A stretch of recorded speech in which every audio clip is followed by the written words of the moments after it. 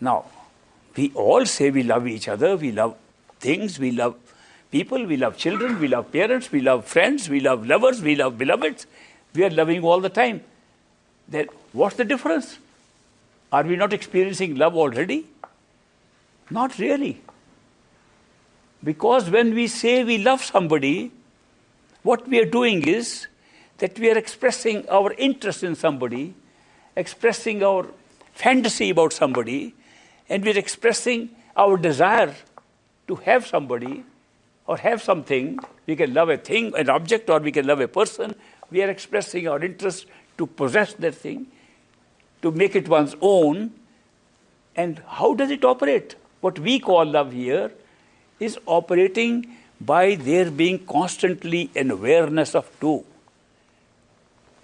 I love you. I love this. I and you, I and this are always two. Have you ever seen them become one? Always two. These attachments that we have here, we call them love. These fantasies we make about people, we call it love. This is not love. If you have experience of true love, you will find that one of the things that happens in true love is you forget who you are. The beloved, the object of love, can pull you to a point where you can only think of the beloved and not yourself. In fact, I was studying a very big issue that comes in spiritual literature, the issue of how to control your ego. Because all the spiritual literature told me that the main obstacle to our getting to our true home is our own ego, our I-ness. I am doing this. I am going to try this. I love you. I do this. I is always there. How to handle this I? And I find that people have tried very hard to fight ego. And they try to use words to suppress this ego. I am very humble. Do you know how egoistic that is? I am the humblest of all. I am beggar. I am a stone. I am the lowest. It's the highest ego. Because if you say I am the greatest, anybody can tell you you are not. But if you say I am the humblest, nobody is going to correct you even. The ego remains strong. We are trying to deal with ego in a way it has never been dealt with because the I-ness remains high. When the ego, which is the front part of our mind, which is the face of our mind, when that asserts itself, there is no way we can handle it. It continues to assert itself.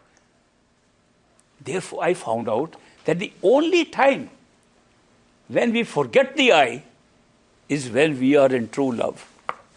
In love, the beloved occupies even the place that I occupies in our mind and in our thoughts. Therefore, true love is the answer. Yet, we don't know how to love. Everything we do in this world, we think we have to try and do it. Even love. I try to love everybody. I want to love you also. I want to do this. Is this love? The I is so prominent. I is coming before everybody. But when there is love, you don't have a chance to say I love you. You're captured by it, enchanted by it. Therefore, to say that you can practice love, you can do love, you can make it happen by your own ego is impossible. You're moving away from it because you are asserting your I, just like being the humblest. It's the same thing by saying I love you. That is why these words have no meaning in the realm of true love. In true love, you forget who you are. And where do you experience this true love? Is there any place you can experience this true love in this world? Yes, you can. Where it comes from a place in which there is no ego. Where it comes from a place which identifies with the entire creation as one.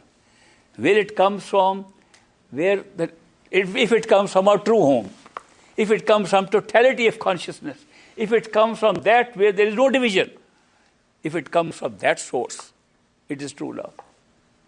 And when that happens, we are touched the same way, as if we are ourselves in the same state What we are experiencing is true love. When we experience true love, we react to it. We embrace it. We feel it. We feel it somewhere, not in our thoughts, not in our mind, but we feel it in our hearts and in our soul.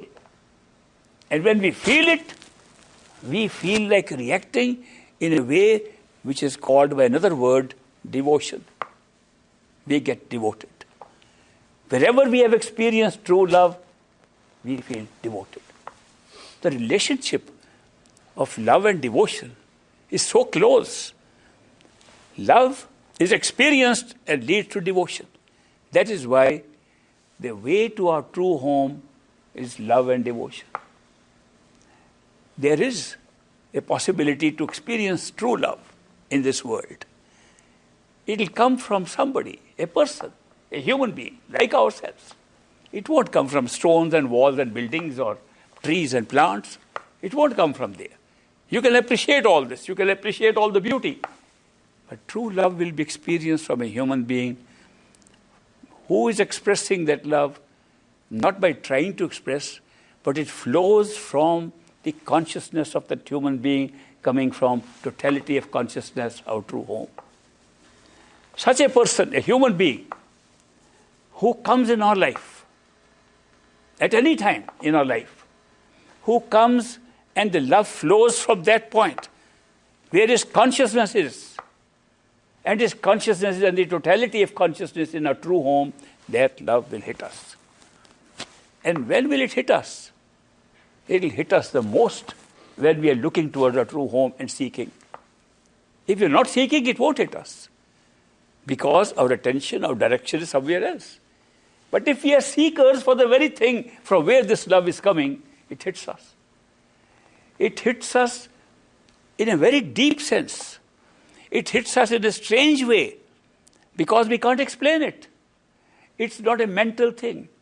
It's not coming from anybody's mind nor being received by anybody's mind. The thoughts don't accept it. The thoughts wonder what it is. The thoughts question what it is.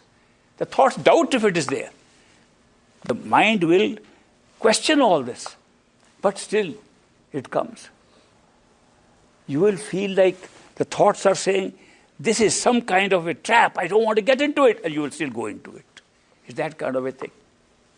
Therefore, the true love which you can experience comes from such a person whose consciousness at the time when we see him in a physical form is in our true home at that very time. Not that such a person has had an experience of true home, because that way we've all had experience of our true home. That's where we came from.